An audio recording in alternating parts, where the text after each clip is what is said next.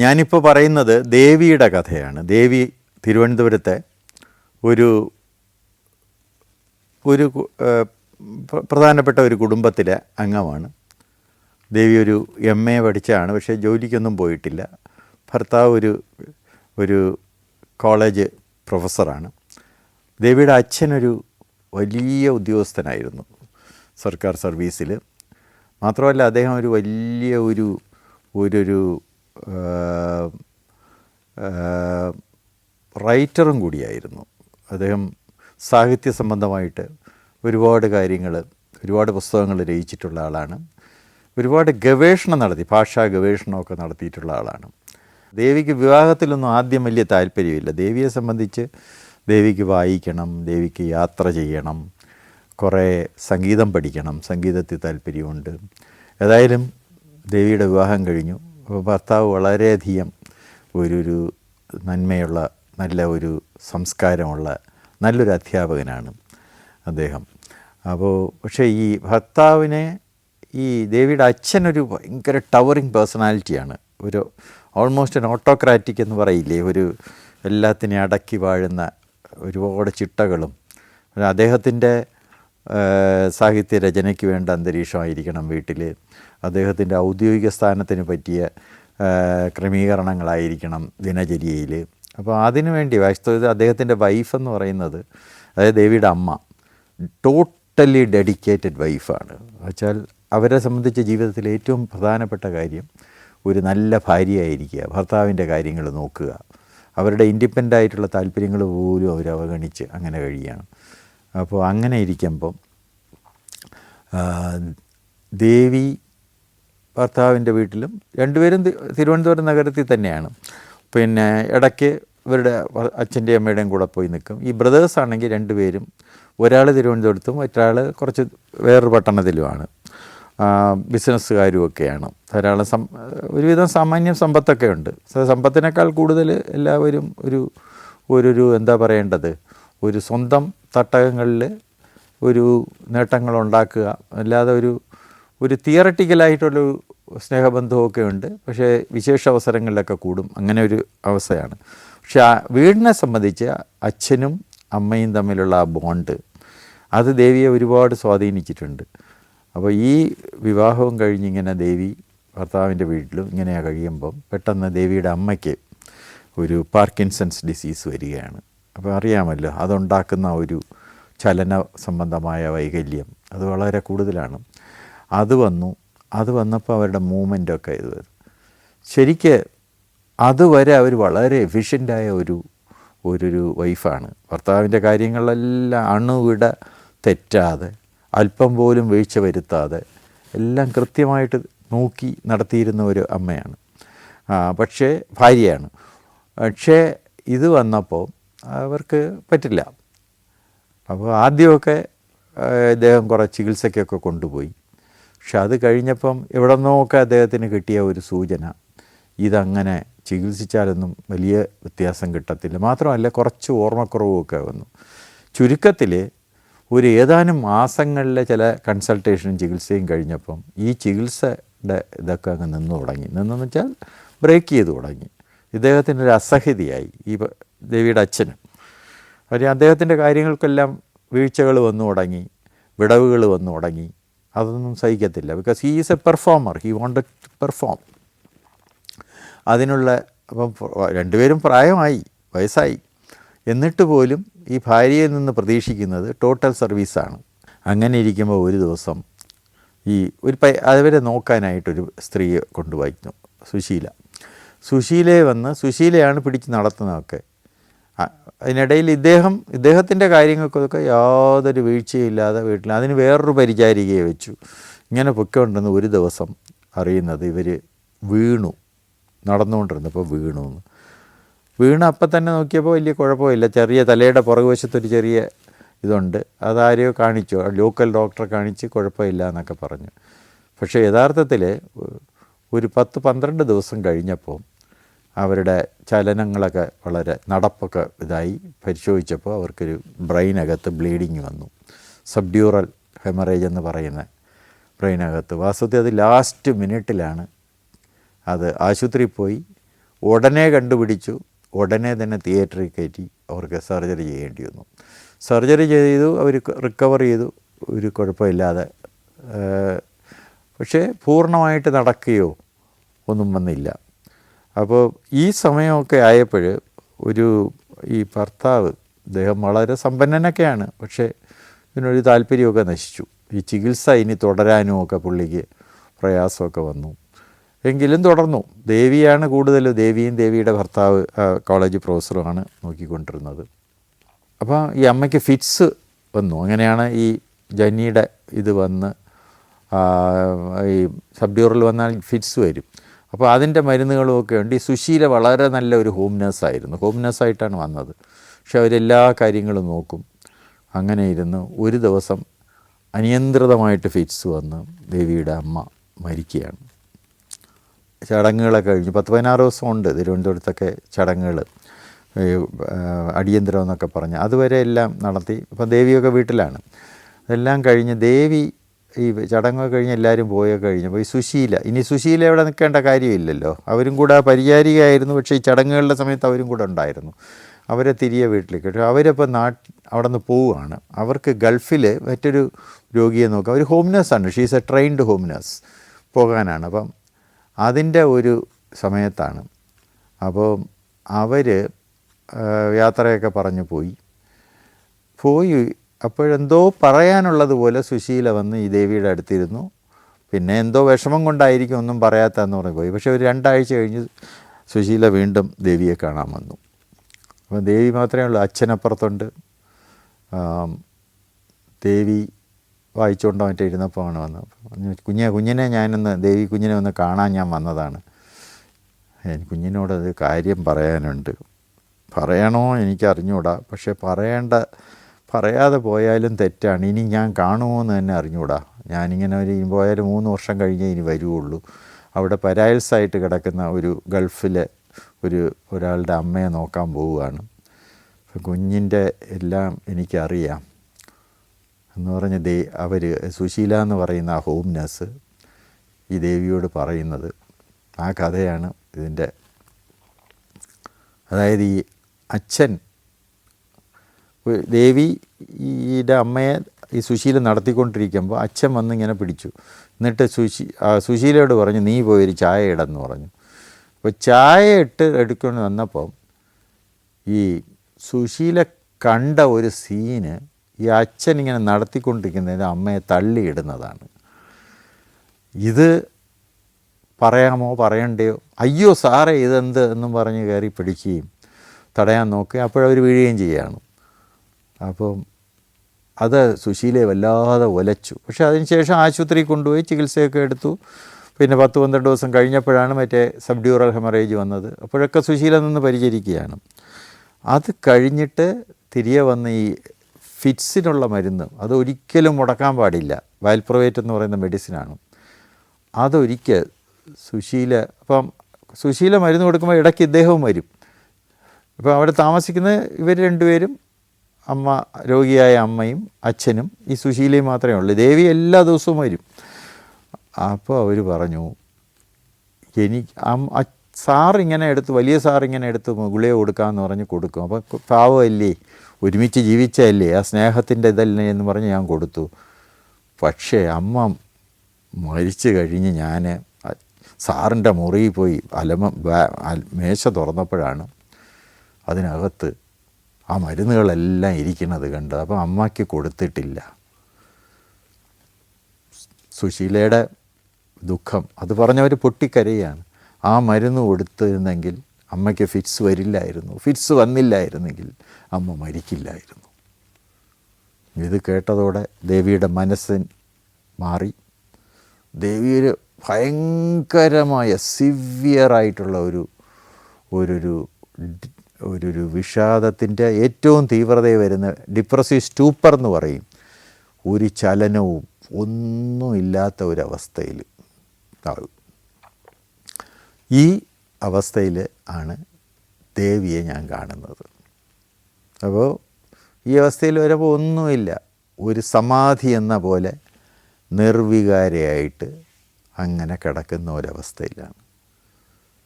ഈ സാഹചര്യം അപ്പം ഇതൊന്നും ഈ കഥ പൂർണ്ണമായിട്ടന്ന് ആരും പറയാനില്ലല്ലോ. ഇത് അവസാനം ഈ വിഷാദ രോഗത്തിൻ്റേതായ ബാക്കിയുള്ള സിംറ്റംസും ഒക്കെ വച്ചിട്ട് ആഹാരമൊന്നുമില്ല, അപ്പോൾ ട്രിപ്പൊക്കെ കൊടുത്ത് ഇതൊക്കെ കൊടുത്ത് കഴിഞ്ഞിട്ട് കുറേശ്ശെ അതിൽ നിന്ന് പുറത്ത് വന്നു തുടങ്ങി. ദേവി സംസാരിച്ചു തുടങ്ങിയപ്പോൾ ഇങ്ങനെ ഒരുപാട് അമ്മയുടെ കാര്യങ്ങൾ ഇടയ്ക്ക് പറയും, പക്ഷേ കൂടുതൽ കാര്യങ്ങൾ വേറെ പറയും. അങ്ങനെയൊക്കെ പൊയ്ക്ക് വന്ന സമയത്താണ് ഞങ്ങൾക്കൊരു ചികിത്സയുണ്ട്, നാർക്കോ ചികിത്സ എന്ന് പറയും, സൈക്യാട്രിസ്റ്റുകൾ ചെയ്യുന്നതാണ്. നാർക്കോ ചികിത്സ എന്ന് പറഞ്ഞാൽ നമ്മൾ ഒരു ഔഷധം ഉപയോഗിച്ചുണ്ടാകുന്ന ഒരു ഹിപ്നോട്ടിക് ചികിത്സയാണ്. അത് വളരെ ശ്രദ്ധാപൂർവം ചെയ്യേണ്ടതാണ്. അത് ചെയ്യുമ്പോൾ കുറേശ്ശെ മനസ്സിൽ വരുന്ന ചിന്തകൾ ഇവർ പറഞ്ഞുകൊണ്ടിരിക്കും. അപ്പോൾ അതിനെ പ്രോത്സാഹിപ്പിക്കുകയാണ് ഈ തെറാപ്പിസ്റ്റ്, ചികിത്സകൻ ചെയ്യേണ്ടത്, സൈക്യാട്രിസ്റ്റ് ചെയ്യുന്നത്. അപ്പോൾ ഇതിനൊരു ഔഷധങ്ങൾ ഉപയോഗിക്കുന്നതിന് ക്രമമൊക്കെ ഉണ്ട്, റിസ്ക്കും ഉണ്ട്.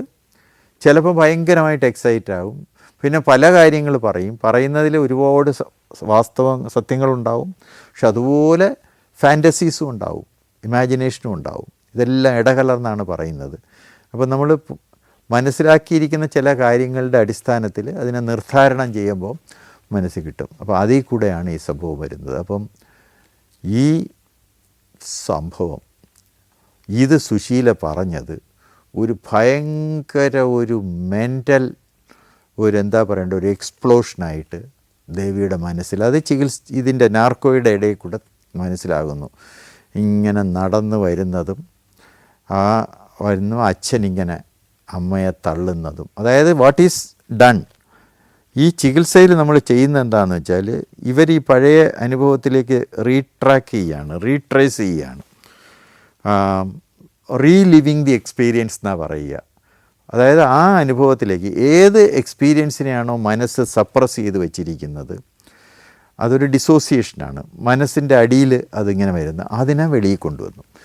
അത് ആ നിർദ്ധാരണത്തിൽ കൂടെ കൊണ്ടുവന്ന് അപ്പോൾ കുറേ കരയുകയും കുറേ അരിശം കാണിക്കുകയും കുറേ ശപിക്കുകയും ഒക്കെ ചെയ്ത് ആ പ്രക്രിയയിൽ കൂടെ ദേവി രക്ഷ പ്രാപിക്കുന്നു. അപ്പോൾ ദേവി എൻ്റെ മനസ്സിൽ ഇന്നും ഒരു ദീപം പോലെ ഷീ റിക്കവേർഡ്. അത് ഒരു വലിയ ഒരു ഓർമ്മയായിട്ട്, ചികിത്സയെ സംബന്ധിക്കുന്ന ഒരു ഓർമ്മയായിട്ട് മനസ്സിലുണ്ട്. Saudi Arabia, United Arab Emirates, Kuwait. സഞ്ചാരം വോള്യം നമ്പർ 20. ഫുൾ HD-യിലുള്ള അപൂർവ ദൃശ്യയാത്രാ വിവരണ ശേഖരം ഉടൻ സ്വന്തമാക്കാൻ സഞ്ചാരം എന്ന് SMS ചെയ്യൂ. ഫോൺ 9995444222.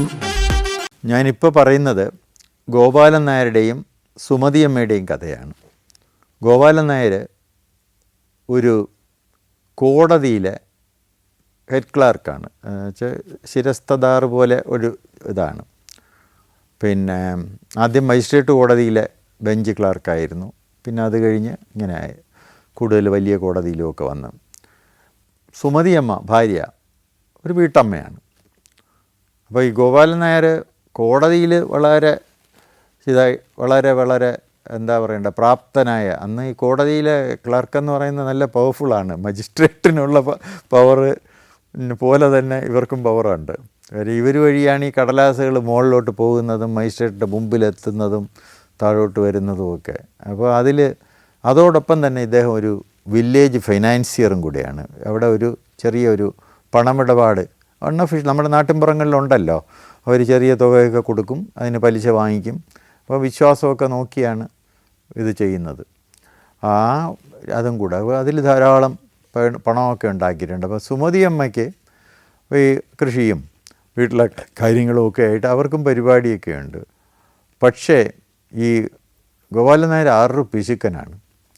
സുമതിയമ്മയ്ക്ക് അത് പോരാ, കുറച്ചുകൂടെയൊക്കെ. അപ്പം 4-5 മക്കളുണ്ട്, ആൺപിള്ളേരാണ് കൂടുതൽ, പിന്നെ 1-2 പെൺകുട്ടികളും ഉണ്ട്. പക്ഷേ ഇവരെ ഗോപാലൻ നായർക്ക് ഈ പണം ഉണ്ടാക്കണമെന്നല്ലാതെ ഈ പിള്ളേരെ നേരെ പഠിപ്പിക്കണമെന്നോ അങ്ങനെയൊന്നും അങ്ങനെയല്ല. പുള്ളിയുടെ ഒരു രീതി അതാണ്. എല്ലാം കുറേയൊക്കെ പഠിച്ചാൽ മതിയടേ, അത് കഴിഞ്ഞാൽ എന്തെങ്കിലും ഒരു കച്ചവടവും ഒക്കെ വെച്ച് നമുക്ക് നോക്കിക്കൊള്ളാം എന്നുള്ള ഒരു ഇതാണ് പുള്ളിയുടെ. ഇവർക്കാണെങ്കിൽ അങ്ങനെയല്ല, ജീവിതത്തെപ്പറ്റി കുറേ കൂടെ ആഗ്രഹങ്ങളൊക്കെ ഉള്ള ഒരു സ്ത്രീയാണ് അവർ.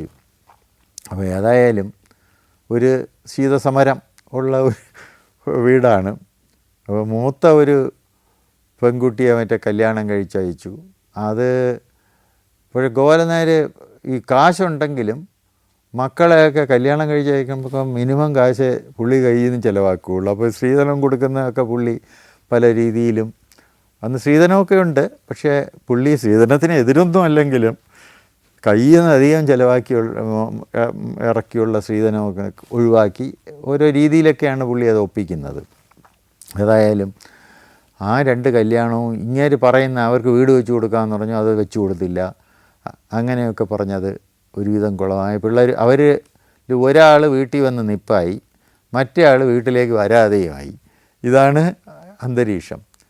അപ്പോൾ ഇവർ ഇതൊക്കെ ആണെങ്കിലും പഴയ കുടുംബമാണ്, നാട്ടിൽ ഒരുപാട് വിലയും സ്ഥാനവും ഒക്കെ ഉണ്ട്.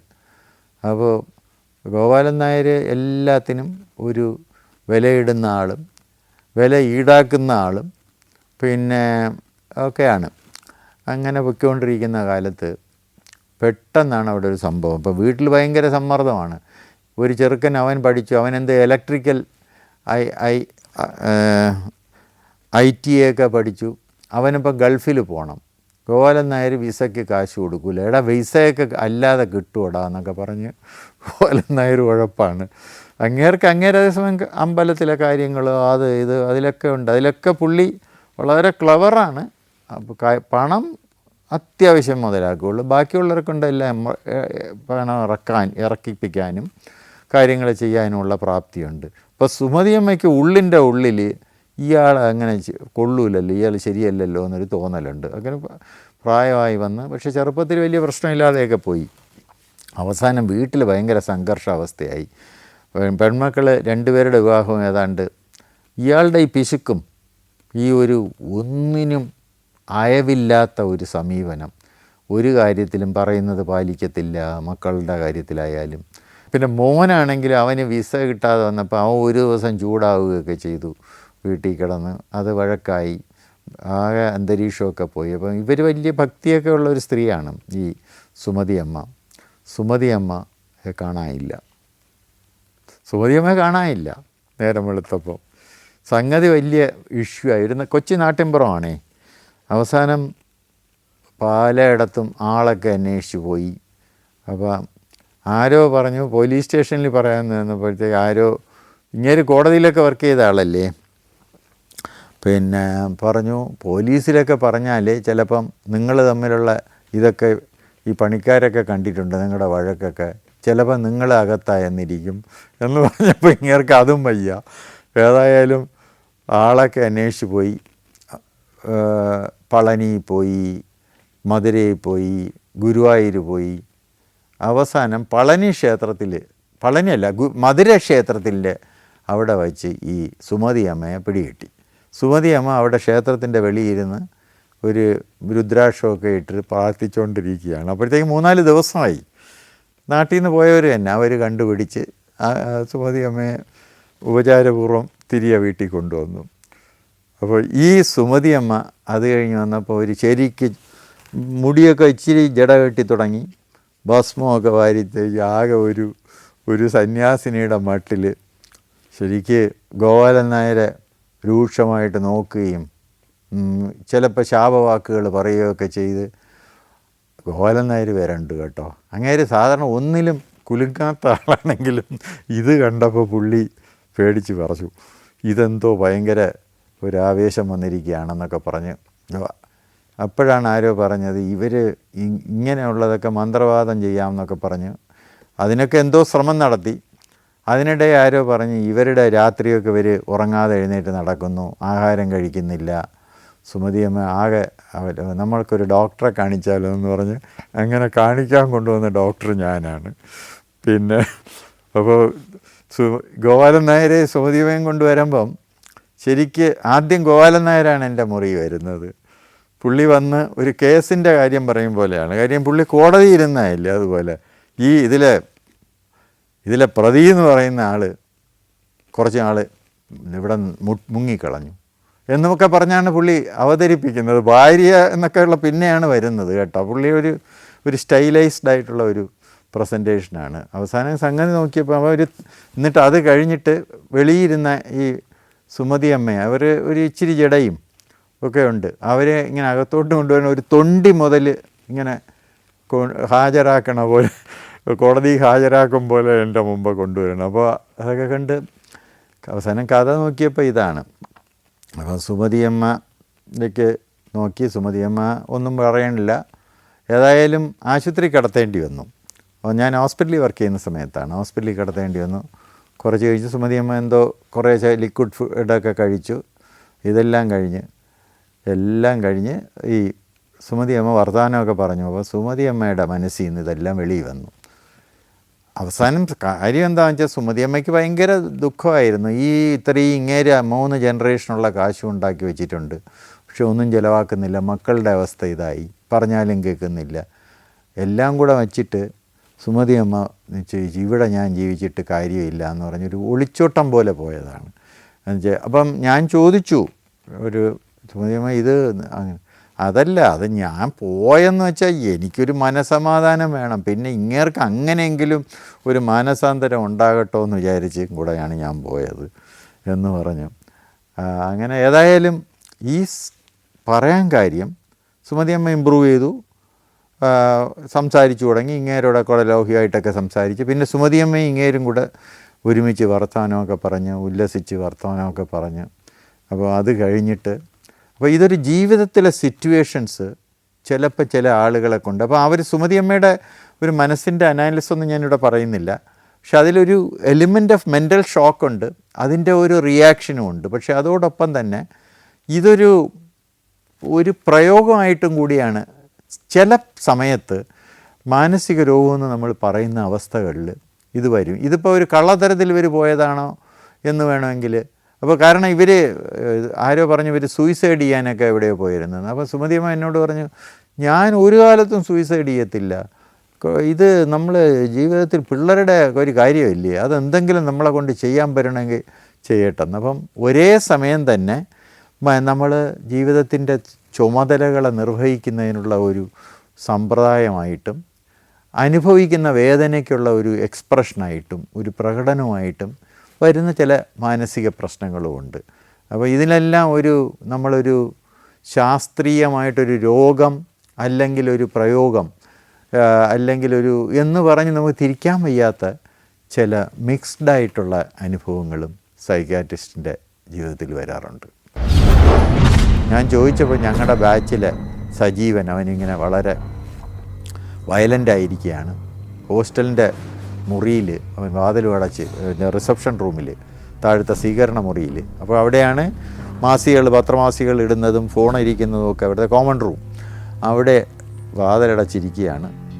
ഭയങ്കര വയലൻ്റാണ് അവൻ. മുറിയിൽ നിന്ന് വെളിയിറങ്ങുന്നതെന്ന് മാത്രമല്ല, ഈ മുറി തുറന്നു കയറാൻ ആരോ വെൻറ്റിലേറ്ററിൻ്റെ മുകളിൽ കൂടെ കൈയിട്ട് കുറ്റിയെടുക്കാൻ നോക്കിയപ്പോഴത്തേക്കും അവൻ ഒരു തടിക്കഷ്ണം മറ്റേ മുറിയിലുള്ളതെടുത്ത് അടിച്ച് അവൻ്റെ വിരളെല്ലാം ചതഞ്ഞു.